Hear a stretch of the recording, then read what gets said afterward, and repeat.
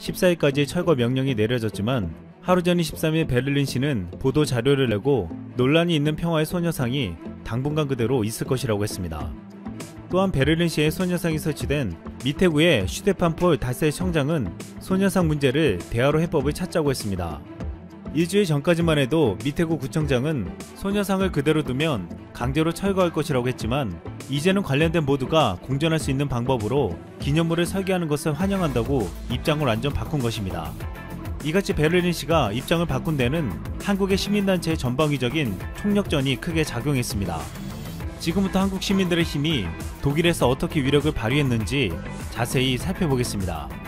일본은 관방장관, 외무상, 주독 일본 대사관이 나서 위안부 문제를 반일 민족주의라며 소녀상을 철거해야 한다고 압박했습니다. 하지만 우리 시민단체와 독일의 시민단체는 힘을 합쳐 평화의 소녀상이 한일 간 분쟁 문제가 아닌 전쟁 여성의 피해 문제이고 보편적인 인권의 상징이라는 점을 집중적으로 알렸습니다. 우선 소녀상 설치를 주도했던 코리아 협의회는 철거 명령에 대한 효력정지 가처분 신청을 제기했습니다. 그리고 한국과 독일을 넘어 국제사회에 소녀상 철거 소식을 알리며 여론전을 시작했습니다. 코리아 협의회는 온라인 청원 운동을 시작해 독일어 서명 운동 사이트에 올려 6,000명이 넘는 서명을 받아냈습니다. 여기에 오랫동안 일본의 역사 왜곡을 알려온 국내 사이버 외교 사절단 방크도 나섰습니다. 방크는 지난 12일 세계 최대 청원 사이트 change.org에 소녀상과 관련해 국제 청원을 올렸습니다. 여기에 올라온 디지털 포스터에는 소녀상 옆에 빌 블란트 독일 전 총리가 앉아 있었습니다. 블란트 전 총리는 지난 1970년 유대인 유령탑 앞에서 무릎을 꿇고 독일의 과거를 반성한 인물이었습니다. 방크는 여기서 독일은 전쟁 가해자이지만 나치 역사 청산을 통해 한국인을 비롯해서 수많은 세계의 젊은이들로부터 존경을 받고 있다며 이런 독일 정부가 평화의 소녀상을 철거하고자 하는 것은 전 세계인들의 믿음과 신뢰를 배신하는 것이라고 주장했습니다. 이 사이트에선 지금 크게 호응을 얻으며 1,500명이 넘는 사람들이 서명을 하고 있습니다. 또한 소녀상을 지키기 위해 베를린 시민 300여 명이 모여 미테구청을 향해 행진하며 시위를 하기도 했습니다. 그들은 평화의 소녀상은 이 자리에 있어야 한다고 외치며 이다 슈트로의 베를린 시민은 세계 곳곳에서 기리고 기억을 해야 합니다. 잊히고 반복돼선 안됩니다 라고 말하며 베를린은 용감해져야 한다고 외쳤습니다. 여기에 슈레더 전 독일 총리 부부도 소녀상 철거 결정을 반역사적 결정이라면서 당국에 서한을 보냈습니다. 슈레더 전 총리는 지난 2017년 방한 당시 경기도 광주 나눔의 집에서 일본 위안부 피해 할머니를 직접 만난 적이 있었습니다. 피해 당사자와 만나서 이야기를 했던 그는 이 문제에 대해서 누구보다 잘 알고 있었고 남다른 의식을 가지고 있었습니다. 슈레더 전 총리의 부인 김소연 씨는 밑에 구청장에게 편지를 보내 평화의 소녀상 철거 소식을 들었다며 그것은 잔인한 폭력의 희생자로 고통받은 위안부 피해 할머니들의 아픔을 저버리는 반역사적인 결정이라고 했습니다. 그러면서 독일은 나치 역사를 청산함으로써 전 세계의 존경을 받고 있다며 독일 관청이 일본 전쟁 범죄를 은폐하는데 가담해서는 안 된다고 호소했습니다. 미테구 구청장은 이 같은 시민단체의 주장을 듣고 서신들을 받으며 며칠 동안 소녀상과 관련된 역사를 배우게 됐다고 했습니다. 그리고 그가 소속된 독일 녹색당을 비롯해 3인당, 좌파당은 소녀상 철거 명령을 취소하라는 성명을 냈습니다. 슈레더 전 총리는 과거 녹색당과 3인당 연립정부의 수장으로 상당한 영향력을 행사했을 것이라는 분석도 있었습니다. 또한 국내에서도 국회의원 113명이 독일의 평화의 소녀상 철거 명령에 항의하는 내용이 담긴 서한을 주한 독일 대사관에 전달했습니다. 놀라운 것은 지금 일각에서는 이 사건이 전화 유복이 될 수도 있다는 긍정적인 해석이 나오고 있습니다. 이 사건을 계기로 일본군 위안부 피해자 문제에 보편적인 가치가 더 알려지게 되면 1년 기한인 소녀상을 영구적으로 설치할 기회가 될 수도 있다는 것입니다. 코리아 협의회는 40여 개의 독일 시민단체와 연대에 나섰는데 독일의 시민단체는 이 문제가 한일 간의 문제가 아니라고 못 박았습니다.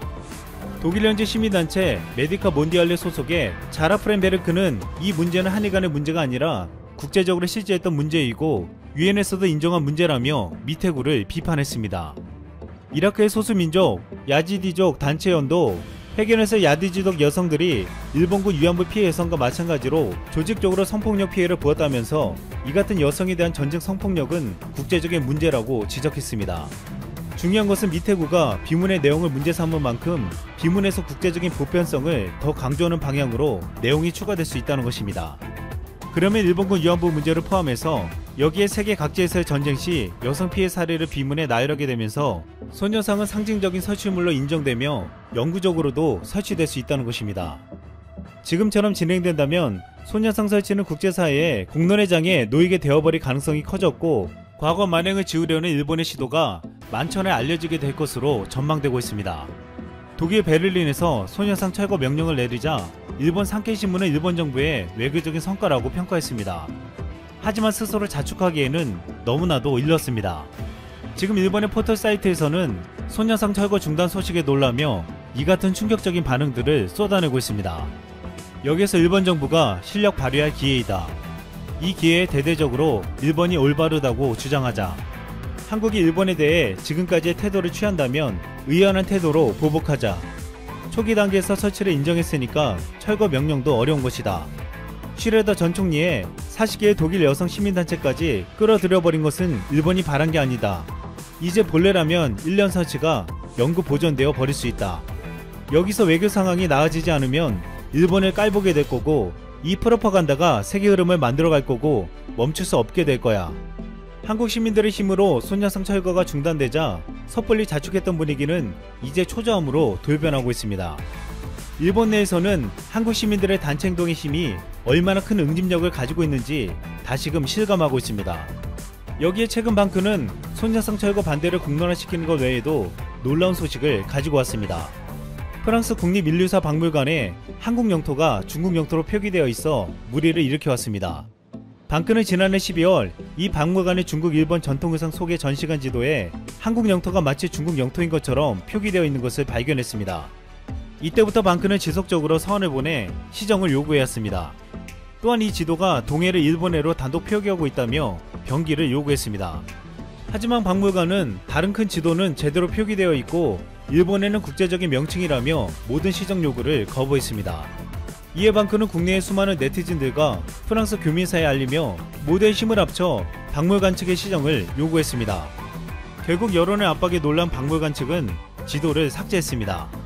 방크는 앞으로도 적극적인 제보를 당부하며 이 같은 사례를 시행시켜 나가겠다고 했습니다. 일본은 최근 국제무기 전시회에 우기기를 포함한 홍보물을 제작해 배포시키고 있습니다. 또한 스가 총리는 강제징용 판결에 따른 일본 기업의 한국 내 현금화 작업을 중단하지 않으면 방한할 수 없다고 했습니다. 이 모든 것이 과거 역사를 인정하지 않고 참여하지 않는 일본에게서 나온 잘못된 모습들이었습니다. 이번 소녀상 문제도 이로 인해 비롯된 문제였습니다. 하지만 일본은 소녀상을 철거하려다가 이제 더 큰 국제사회의 비난에 직면하게 되었습니다. 한 네티즌은 일본의 이런 시도를 이렇게 평가했습니다. 일본이 애써서 소녀상을 홍보해주는 결과가 되었음. 안녕하세요. 즐거운 라디오입니다. 자, 오늘은 중국이 현재 한국에 없으면 절대 안 된다는 상황이라는 주제로 여러분들과 한번 이야기를 나누어 보려고 합니다. 우선 디스플레이와 반도체 이렇게 순서대로 얘기해 볼 건데, 중국 디스플레이 업체죠.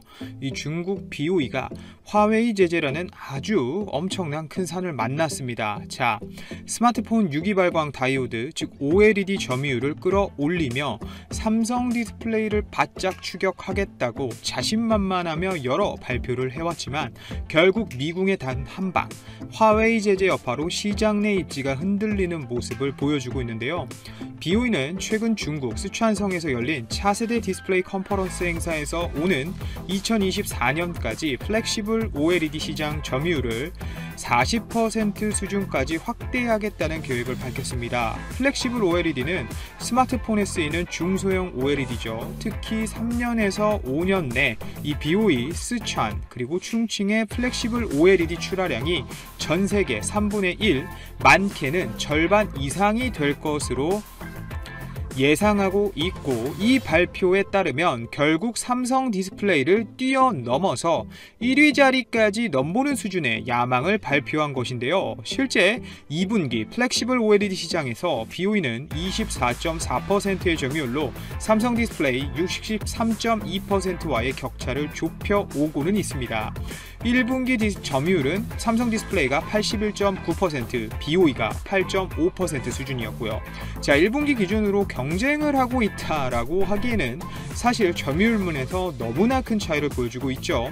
그리고 이제부턴 화웨이 공백으로 인해 공장 가동률이 급격하게 떨어질 것으로 예상되기 때문에 출하량 하락이 예고되고 있는 상황입니다. 우선 업계에 따르면 올 3분기 삼성 디스플레이 A3 공장과 LG 디스플레이 E6 팹 가동률은 각각 93% 그리고 96%로 예상하고 있습니다. 하지만 이에 비해 중국 BOE B7 라인 가동률은 3분기 39%, 4분기에는 심지어 22%까지 떨어질 것으로 내다보고 있는데요. 결국 이렇게 되면 중국이 호언장담하던 한국 디스플레이를 잡겠다던 중국 BOE는 전체 스마트폰 OLED 시장에서도 2위 자리가 이제는 위태로운 상황이 되는 것이죠. 2분기 스마트폰 OLED 매출 점유율은 삼성 디스플레이가 66.6%, BOE가 17.1%입니다. 하지만 3분기에는 삼성 디스플레이가 70.8%로 점유율을 끌어올리는 반면 BOE는 13.7%로 떨어질 전망이죠. 특히 4분기에는 BOE가 LG 디스플레이의 2위 자리마저 넘겨줄 것으로 보이는데 4분기 점유율은 삼성 디스플레이 77.9%, LG 디스플레이 12.2%, 그리고 BOE가 6.9% 수준으로 예상이 되고 있습니다. 자, 여러분, 왜 이런 결과가 나오는 것일까요? BOE의 점유율 하락은 사실상 미국 때문입니다. 결국 화웨이 제재에 따른 것으로 볼 수 있죠. 실제 중국 BOE는 중국 정부를 등에 업고 중국 화웨이의 주요 공급사로 무서운 속도로 성장해 왔습니다. 정말 말도 안 되는 자국 기업 밀어주기와 이 보조금 정책이 난무했죠. 하지만 결국 미국 제재로 인해 화웨이가 스마트폰 시장에서 설 자리를 잃게 되는 모습을 보여주자 중국 BOE 또한 화웨이의 부품을 공급해오던 업체이기 때문에 자연스럽게 타격이 불가피한 상황입니다. 제가 한번 말씀드린 적이 있습니다. 이번 연도는 오히려 양반이고 내년에는 이 중국 화웨이에게 있어서 최악의 해가 될 것이라고 말이죠. 화웨이의 스마트폰 시장 점유율은 현재 15.1%에서 내년에는 4.3%까지 떨어질 것으로 전망되고 있고, 이 화웨이의 스마트폰 사업이 사실상 중단될 위기에 처한 상황이기 때문에 사실상 OLED 패널 같은 경우는 뭐 거의 말 다한 상황이죠. 밥 떠먹여주던 중국 정부도 더 이상 미국 제재 때문에 어떻게 손 쓸 수 있는 방안이 없는 분위기입니다. 제가 뭐 응원하고 그런 게 아니라 얼마나 답답하면 화웨이도 두 손 두 발 다 들고 뭐 존폐 위기에 있다. 화웨이의 생존 자체가 목적이다. 미국 정부가 이 중국 규제에 대해서 허락을 좀 해줬으면 좋겠다. 이런 말을 직접 할 정도로 어려운 상황이란 것이죠. 저런 시장 분석 자체가 전혀 틀린 얘기가 아니고 맞아 들어갈 가능성이 굉장히 높다는 얘기입니다. 자연스럽게 BOE도 뭐 어려운 상황이 오겠죠. 그래서 BOE가 원하는 방향이 하나 있습니다. 바로 BOE는 애플 납품에 현재 총력을 다하는 분위기인데요. 우선 주요 스마트폰 제조사인 애플을 잡을 경우 화웨이의 공백을 어느 정도 채울 수 있기 때문입니다. 자, 애플 같은 경우는 그동안 삼성 디스플레이에 OLED 패널을 공급받아 왔는데 올해 신제품은 라인업을 확대함에 따라서 공급망을 다변화하고 있는 모양새를 보여주고 있습니다. 뭐 원가 절감하려는 게 좀 보이죠. 딱 봐도. 그리고 우리나라 LG 디스플레이가 또 패널 공급을 하기 시작했죠. 자, 아이폰 12 패널은 삼성 디스플레이와 LG 디스플레이가 함께 공급하고 있는데 BOE는 생산 수율과 품질 문제 때문에 결국 애플 패널 공급사로 선정되지 못하였습니다.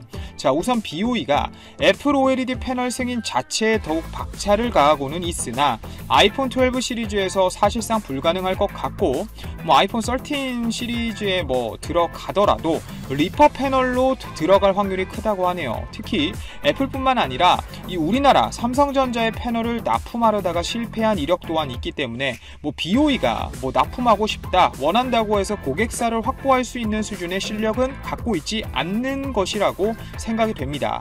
삼성전자가 왜 BOE의 패널을 거부했을까요, 여러분? 그거 가져와서 스마트폰 넣어서 팔아봐야 뭐 AS에 골치 아파질 일이 더 많아지기 때문이죠. 그만큼 품질 자체가 매우 좋지 않다는 이야기입니다. 현재 BOE가 시장 확대를 위해서는 애플뿐만 아니라 우리나라 업체들에게도 디스플레이를 납품해야 하기 때문에 중국 입장에서는 현재 우리나라가 절대적으로 필요한 상황입니다. 자, 디스플레이뿐만이 아닙니다. 삼성이 5나노미터 최신 공정으로 개발한 첫 모바일용 칩셋을 중국 스마트폰 업체 비보에 가장 먼저 공급하게 되었습니다. 삼성의 5나노 칩 출시 일정이 외부에 직접적으로 공개된 건 처음 있는 일인데 비보는 아시다시피 화웨이, 오포, 오포, 샤오미와 함께 중국 스마트폰 시장에서 빅4 메이커로 불리는 꽤나 큰 기업이죠. 우선 발표에 따르면 삼성전자는 5나노 공정으로 개발한 엑시노스 1080을 내년 발매된 비보의 5G 스마트폰 X60에 납품하기로 했다는 발표가 났습니다. 특히 중국이 미국과 관계가 좋지 않은 상황에서 또 화웨이의 기린 시리즈까지 막힌 상황이기 때문에 중국 본인들 자존심상 퀄컴 걸 쓰기에는 도저히 받아들일 수가 없었을 겁니다. 그렇다고 애플의 AP를 쓸 수도 없는 상황이죠. 따라서 삼성의 엑시노스를 찾은 것이고, 삼성 입장에서는